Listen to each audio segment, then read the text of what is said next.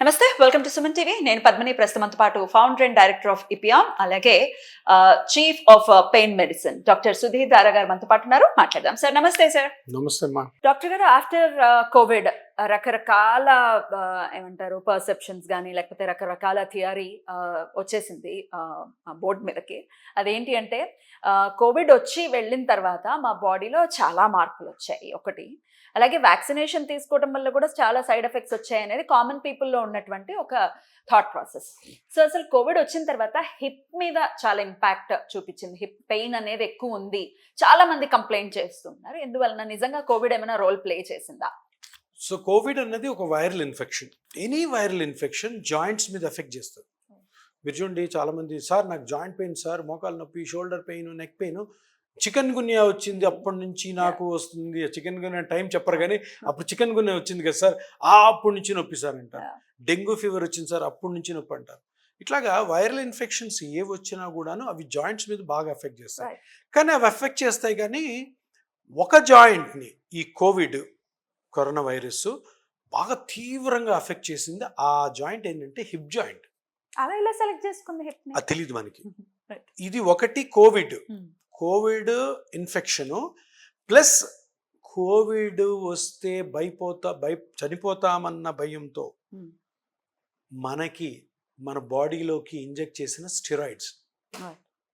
ఎందుకంటే hip joint dysfunction ఒకటి ఉంది, దాన్ని avascular necrosis of hip joint అంటారు. అది మొదటి కారణము ఈ కోవిడ్ తర్వాత కోవిడ్ ఇన్ఫెక్షన్ విత్ స్టెరాయిడ్ అయితే, రెండో కారణము స్మోకింగ్ అయితే, మూడో కారణము దానికి దెబ్బ తగలడం. సో కోవిడ్ తర్వాత ఈ ఏవాస్కులర్ నెక్రోసిస్ వచ్చి హిప్ జాయింట్తో బాధపడే వాళ్ళు దగ్గర ఒక 2-3% ఉన్నారు ఇది మన పాపులేషన్. సో నేనే దగ్గరగా ఒక 300-400 ఏవియన్ హిప్లు కోవిడ్ తర్వాత, కోవిడ్ వల్ల ప్లస్ కోవిడ్ స్టెరాయిడ్స్ వాడడం వల్ల వచ్చిన కేసెస్. ఏం చేస్తుంది ఈ స్టెరాయిడ్ అంటే, స్టెరాయిడ్స్ ఇచ్చినప్పుడు ఏం చేస్తుంది అంటే, ఇప్పుడు హిప్ జాయింట్లో హిప్ బాల్ ఉంటుంది, కప్ ఉంటుంది. ఇది కప్, ఇది హిప్ బోన్, ఇదేమో ఫీమర్ బోన్. ఈ బాల్ ఉంది కదా, బాల్ అండ్ సాకెట్ అంటారు, లేదా బాల్ అండ్ సాసర్ అంటారు. మూమెంట్స్ ఇట్లా దీనికి మధ్యలో గ్యాప్ ఉంటే ఫ్రీ మూమెంట్ ఉంటుంది. ఈ కోవిడ్ స్టెరాయిడ్ వల్ల ఈ హెడ్కి బ్లడ్ సప్లై పోతుంది. ఈ హెడ్కి బ్లడ్ సప్లై ఎప్పుడైతే పోతుందో ఇది చచ్చిపోతుంది, హెడ్ పోతుంది, నెక్రోస్ అయిపోతుంది.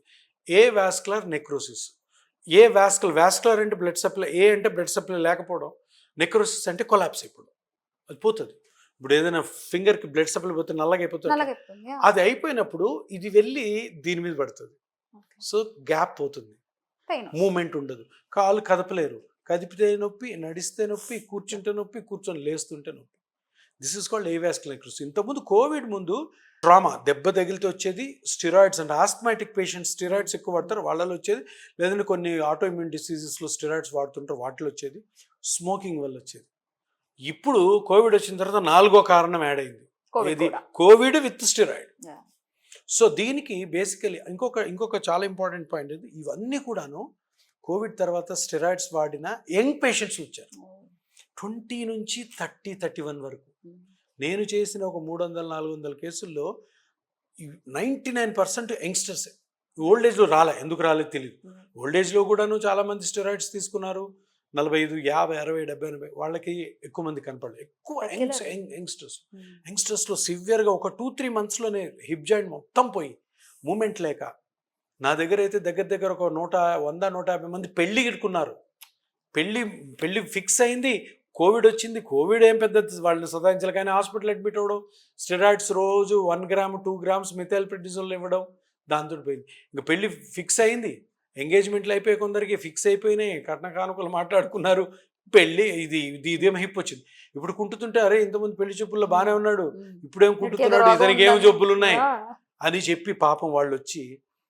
ఇంకోటి ఏమంటే, దీనికి సర్జరీ చేయలేము, అంత చిన్న వయసులో సర్జరీ చేస్తే ఎట్లా?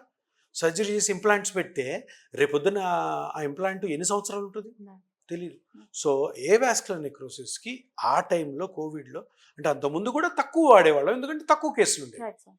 కోవిడ్ తర్వాత వచ్చిన ఏవాస్కులర్ నెక్రోసిస్కి PRP ఎక్సలెంట్ గా పనిచేసింది. ఓకే. ఎట్లా ఎందుకంటే ఉంటుంది సార్ ఓకే, ట్రీట్మెంట్? మనం ఇప్పుడు చేసేది ఏంటంటే, ఇప్పుడు ఈ హెడ్ పోయింది, హెడ్ని ఎవరు ఏం చేయలేరు.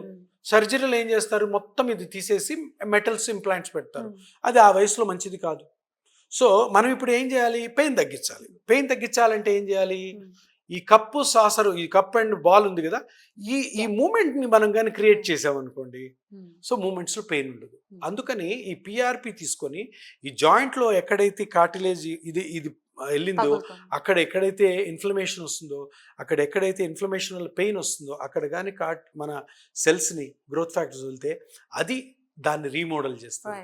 ఆ ఏరియాని యాంటీ ఇన్ఫ్లమేటరీ ప్రాపర్టీ తోటి పెయిన్ తగ్గించి ఆ మూమెంట్ కొంచెం వచ్చేటట్టు చేస్తుంది. కంప్లీట్ టార్గెటెడ్ అయితే చాలా మంచి రిజల్ట్ ఉంటుంది. ఎందుకంటే బేసిక్ గా ఈ ట్రీట్మెంట్ ఎందుకంటే ఇంతకంటే వేరే ట్రీట్మెంట్ లేదు. ఇంకేముంది, ఏం లేదు. సర్జరీ ఎవరు ఒప్పుకోరు 20-25 30-31 ఇయర్స్ లోకి, చేయకూడదు కూడా.